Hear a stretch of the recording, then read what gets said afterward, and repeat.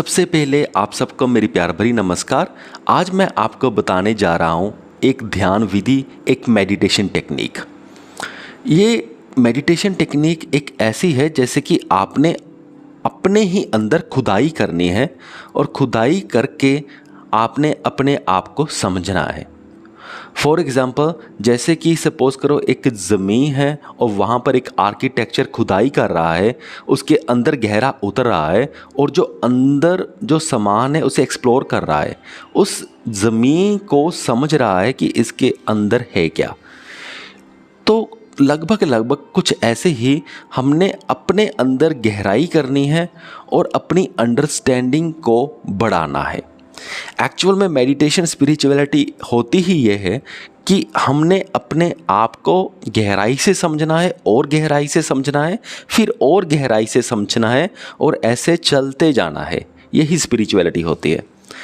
तो अब शुरू करते हैं कि मेडिटेशन टेक्निक है क्या, उसके बारे में बातचीत करते हैं। आपने क्या करना है, आपने सिर्फ ये याद रखना है कि मैं हूँ। अब आप थोड़ा सा कंफ्यूज हो गए होंगे कि अब ये क्या बात हुई कि मैं हूँ, ये कैसी मेडिटेशन टेक्निक है। फॉर एग्ज़ाम्पल, अगर आप कोई भी काम कर रहे हो, पार्क में जा रहे हो, कुछ भी कर रहे हो, आपने सिर्फ ये याद करना है कि मैं हूँ।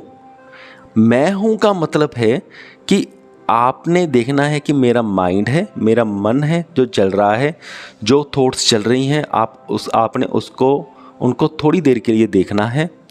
अपने सांसों को देखना है, अपने इमोशंस को देखना है। अगर कोई डिज़ायर उठ रही है तो आपने उसको देखना है कि हाँ, मेरे मन में ये डिज़ायर उठ रही है। थोड़ा सा ये भी सोच लेना है कि ये डिज़ायर उठ क्यों रही है। हाँ, मैंने ये अपने दोस्त के पास ये गाड़ी देखी थी, इसलिए ये गाड़ी लेने की डिज़ायर मेरे मन में उठ रही है। बस ऐसे आपने ना कुछ पलों के लिए अपने आप को अपने अंदर झांक के देखना है। तो मुझे उम्मीद है ये थोड़ा सा समझ में आपको आ रहा होगा ये कैसे।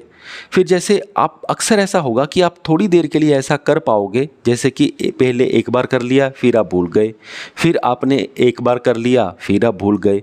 नॉर्मली क्या होगा, आप भूलोगे ज़्यादा और ऐसे अपने आप को याद कम करोगे। कई बार तो ऐसा भी हो सकता है कि पूरा पूरा दिन ही भूल जाओगे, आपको याद ही नहीं आएगा कि आपने ऐसा करना है। ये ऐसा होना नेचुरल है। अगर ऐसा होता है कि बार बार आप ऐसा करना भूल जाते हो तो ये नेचुरल है, कोई घबराने वाली बात है नहीं, क्योंकि ये हमारी कंडीशनिंग ही ऐसी है कि हमारा ध्यान बाहर की चीज़ों में ही अटका रहता है। हमें बचपन से ही ऐसा ट्रेन किया जाता है कि वो देखो, ये कौन है तेरे पापा, ये कौन है तेरे मम्मा, ये क्या है टीवी, ये क्या है मोबाइल। हमें स्टार्टिंग से ही यही कंडीशनिंग दी जाती है कि हमने बाहर की ओर ध्यान देना है। कभी भी ये नहीं कहा जाता कि हमने अपने मन में झांक के देखना है। तो वो बहुत सालों की कंडीशन है, पता नहीं कितनी ज़िंदगियों की कंडीशन है। तो जब उस कंडीशनिंग के अगेंस्ट हम अंदर झांकने की प्रैक्टिस करेंगे तो प्रॉब्लम तो एक बार आएगी ही। तो आपने बिल्कुल भी गिल्टी महसूस नहीं करना। आपने कहना है कोई बात नहीं, अगर मुझे दिन में एक बार भी ऐसा याद आया है तो ये बहुत अच्छी बात है, कम से कम मुझे एक बार तो याद आया।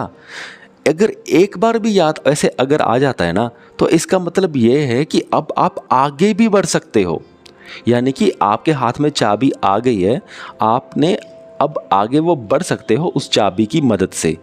अगर एक बार भी याद आता है, इसका मतलब आपको वो टेक्निक आ गई है जिसकी मदद से आप अपने अंदर झांक सकते हो। आप पहले स्टेप पर पहुंच चुके हो, और पहले स्टेप पर पहुंचना ही मुश्किल होता है। जब पहले स्टेप पर आप पहुंच गए तो आगे आगे आप बढ़ते ही जाओगे, पर आपको ये प्रैक्टिस निरंतर करती रहनी चाहिए होगी।